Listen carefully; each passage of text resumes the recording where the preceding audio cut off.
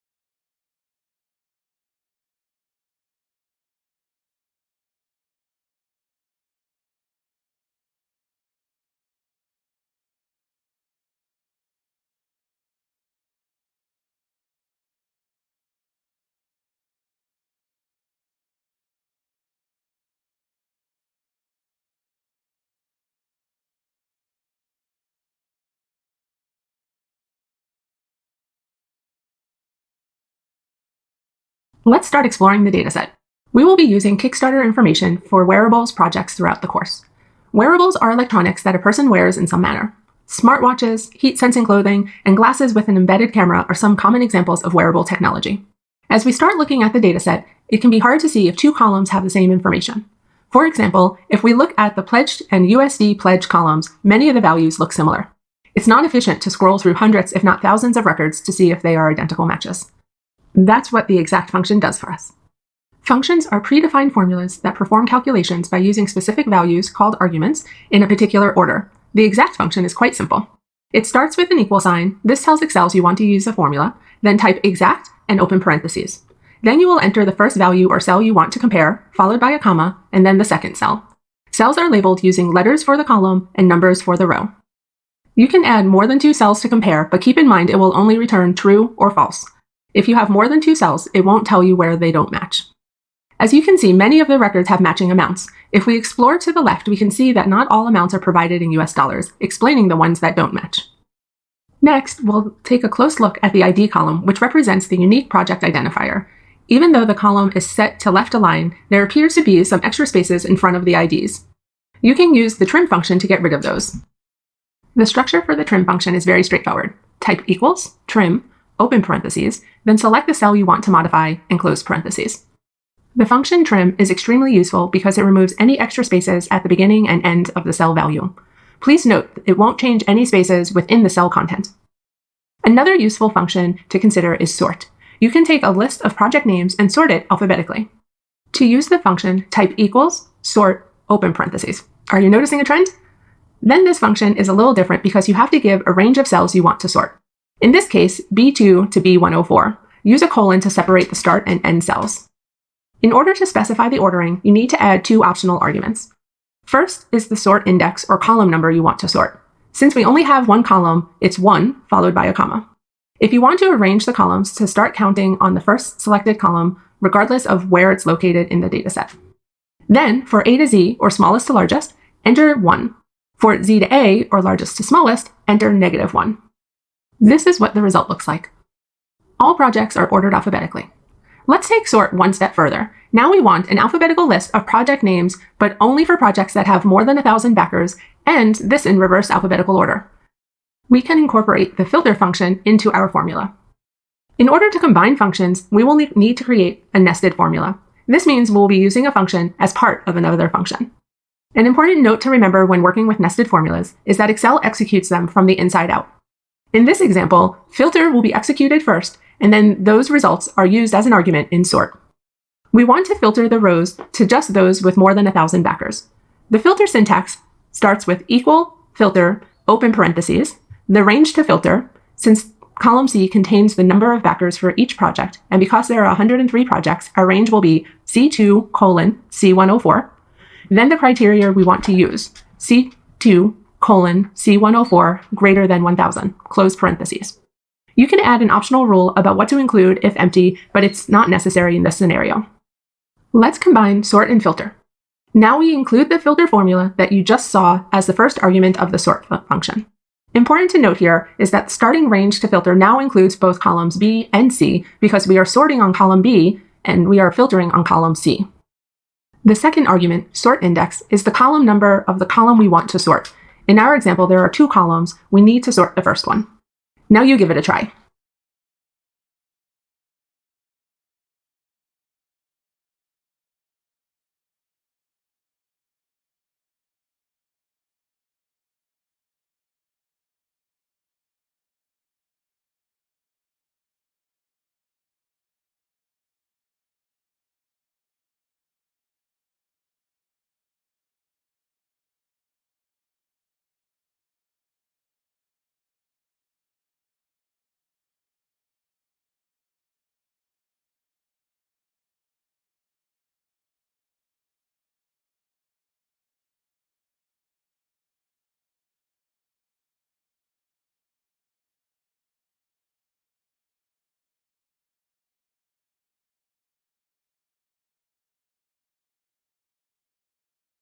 Let's get a better understanding of data types. In Excel, there are 4 primary data types. Text can include strings of characters or numbers that will be treated as text. You cannot do math functions on text fields. Numeric, all the number formats including integer, decimals, percentages, etc. Date includes both date and times. And Boolean, these are logic values of true or false. Oftentimes, Excel will apply a general data type label, but in order to make sure formulas behave properly, it's good practice to assign the correct specific data type. Quick tip, if you see values left aligned, then Excel is treating it as text. Centered is logical, and right aligned is numeric or date times. Sometimes a column may look like a numeric value, but in reality, it shouldn't be treated as such. For example, if we look at the ID column, we see that it is right aligned and is considered a number. Since we won't need to perform any arithmetic, sum, average, etc., on the column, we are going to change the data type to text so it behaves like a string. The function is text, and the syntax is pretty simple. Equals text open parentheses, then the cell you want to reassign. The next argument specifies the desired format, which in this case is 9 zeros wrapped in double quotation marks. Close parentheses. The 9 zeros represent the minimum number of characters in the ID field. There is a large list of format options that you can find on the Excel Help Center online for more details. Notice the column alignment shifted from left to right. Let's take a closer look at the USD pledged column. As the header implies, the column represents values in US dollars. However, notice how the data is all left aligned. What does this tell us about the data type? That's right, Excel is treating it like text data. Let's fix the data type so it is recognized as numeric. The function in this case is value, which converts a string text that represents a number to a number. The syntax is very straightforward. Equals value, open parentheses, then the cell you want to reassign, close parentheses. Now you see how the dollar signs are removed and the values have shifted to be right aligned. While this helps make the column a little more readable, notice how the decimal places vary from cell to cell. There's a handy function, round, that applies uniform formatting to the cell. In this case, we don't care about cents, so let's round to the nearest dollar. We're going to wrap the round function around the value formula we just made. The syntax starts with equal, round, open parentheses, then value, open parentheses, the cell you want to adjust, close parentheses, then the number of decimal places you want to include. In this case, we want 0 decimal places, then close parentheses again. Let's move on to some exercises.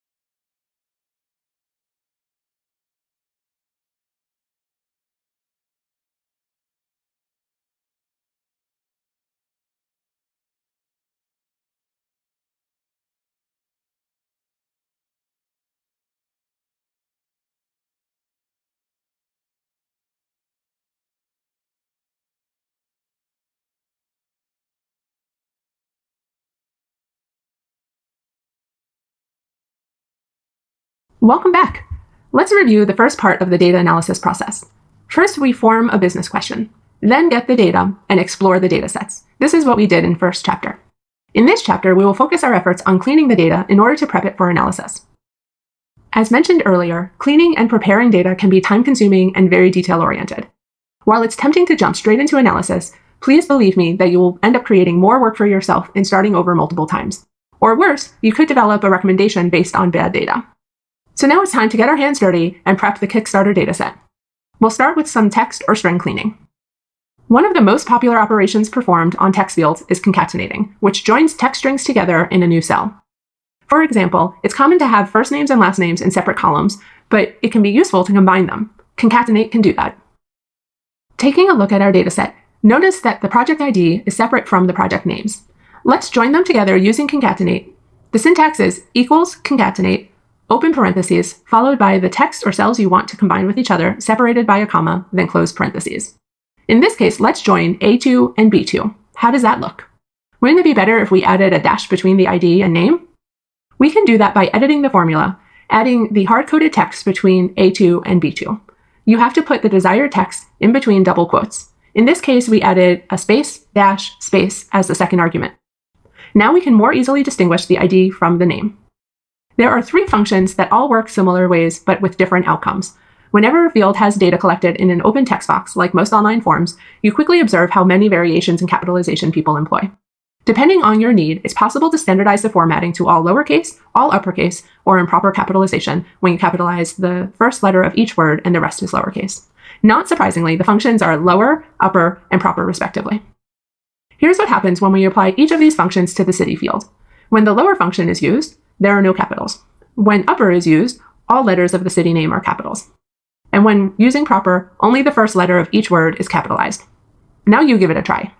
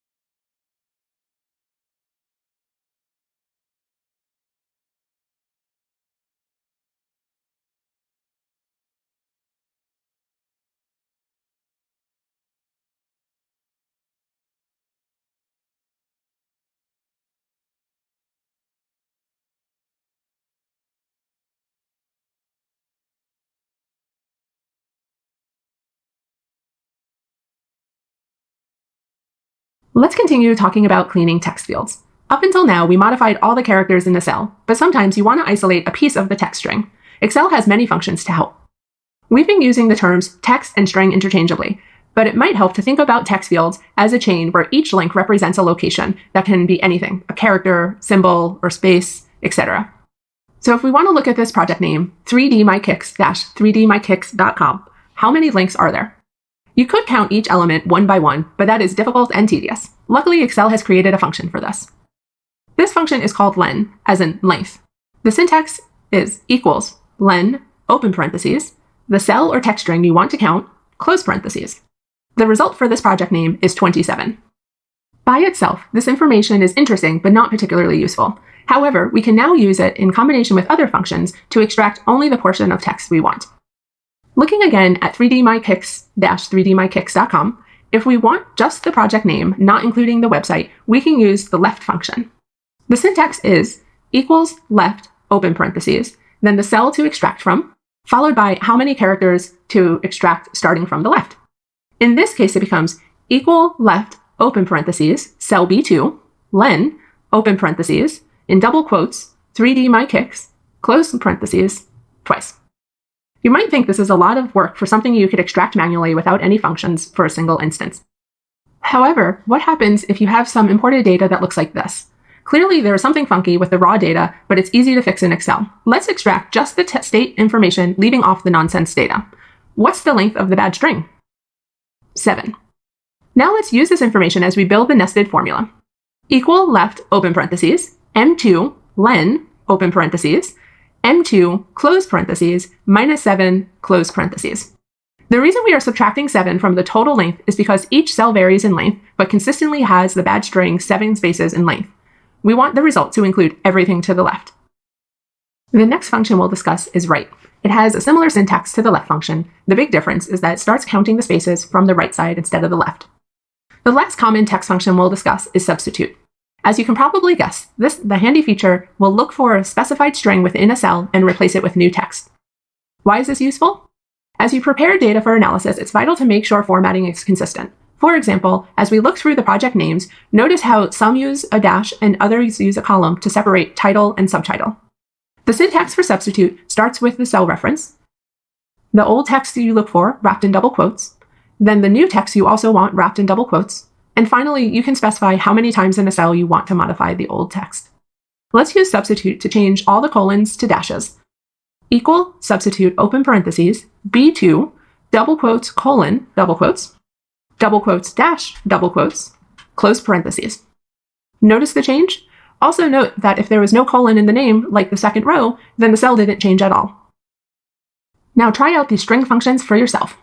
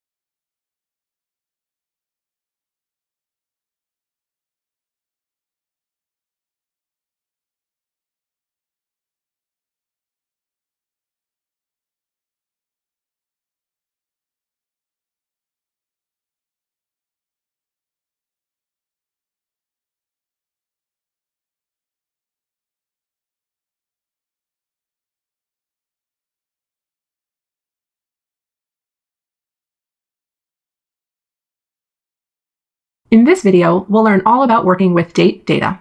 If your boss asks you to look at the project data by date, how would you interpret this request? Would you look at the data by launch date? Would you want to look at how long a project campaign ran? Maybe look at trends by year, month, day of the week. There are so many ways to think about dates in data analysis. It can be very useful to prepare the dataset in the cleaning stage to be ready to look at it in any of these ways. First, let's look at the age of each project. We don't need a special function for this. It's as simple as subtracting the launch date from the deadline. For the first row of this example, that means E2 minus D2. This returns the number of days the project was active.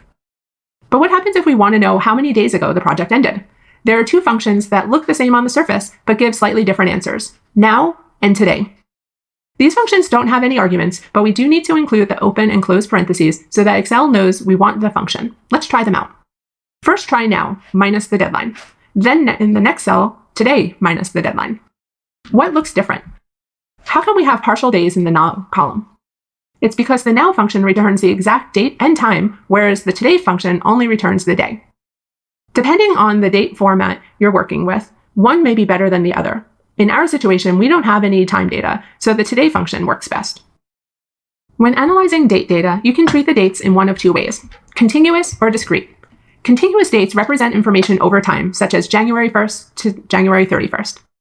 However, when we want to analyze date groups by month, day of the week, quarter, etc., this requires discrete date values, so you can use the unit of time as categories. The easiest way to transform date columns into discrete groups is to extract the relevant part of the date into a new column. The two most common units are months and day of the week. Excel has functions that can help easily do this, month and weekday. Please note the result from these functions is numbers representing the month or day of the week. The syntax for month function is very simple. You just have to include the date you want to extract the month from between parentheses. The months go logically from 1 for January to 12 for December. Later on in the course, we will learn how to show the actual month names. The weekday function works in a similar fashion. It takes the date as the first argument, and then return type as an optional argument, as denoted by the square brackets. But what does this optional argument do? The starting day for weekdays can differ depending on where you're located or your business need. Excel has considered this, and you can specify which day you want to start the week with. If you enter 1 or leave the argument blank, the week starts with Sunday. If you want to use, for example, Monday as the start of the week, the second argument in the formula should be 2. Now you give it a try.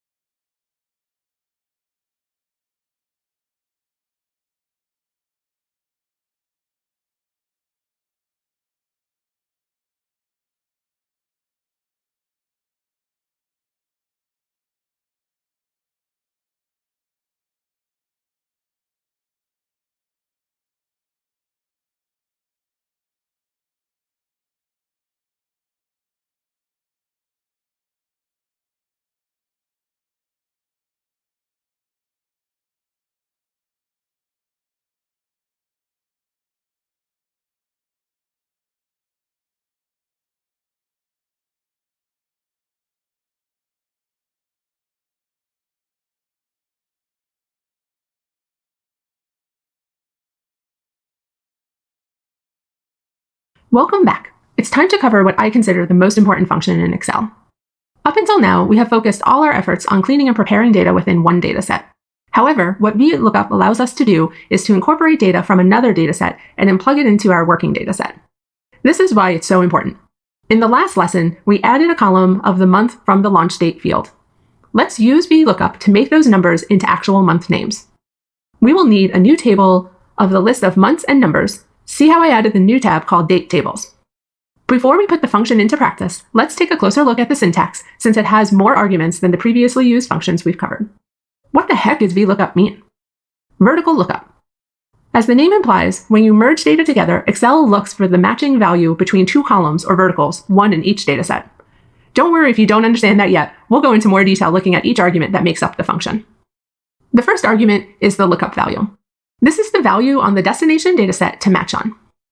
Next is the table array. This refers to the range of cells where the value is located that you will bring into the destination dataset. An important note to remember, the first column of the table array has to be the matching values. This does not have to be in column A, but just the first column in the range. The third argument on the formula is colNum. This refers to the number of the column of the data you want to return. The last element is called range lookup. It's a logical value, meaning you need to enter true or false. True means Excel will look for an approximate match. It assumes that your tables are sorted by the matching values, and it puts in the nearest value. It is not used very often. More often we use false, which provides the result only if there is an exact match. Before we apply the VLOOKUP to our Kickstarter data, let's make sure we have matching columns for the month numbers. Column F, month, in the Kickstarter table, and column D, month number, in the months table on the date tables tab have the same values. In our example, the lookup value is F2, the specific month number for that row. Next, the data range is columns D and E from the Date Tables tab. Remember, we need to list the full range of data for both the matching value and the desired data. Since the data is located on another tab within the workbook, Excel automatically adds the tab name in single quotes and an exclamation point when you click on the range. The third argument is the column number. Column D is number 1 and column E is number 2. So we need to put in column 2. We want to match the month number exactly, so we will use false for the last argument. Now look at the Kickstarter data and notice all the month names. Before we practice VLOOKUP, let's make our dataset more efficient and calculate the month by name in one nested formula. Which argument in the VLOOKUP function would we put the month function? If you said lookup value, you're right. So the formula will look like this. Whenever possible, it's best to combine functions together to limit the number of columns in your dataset. VLOOKUP can be intimidating the first time you try it on your own, but have no fear. If you take it one argument at a time, it will work. The possibilities are limitless for how much data you can incorporate into your analysis from different tables. Give VLOOKUP a try.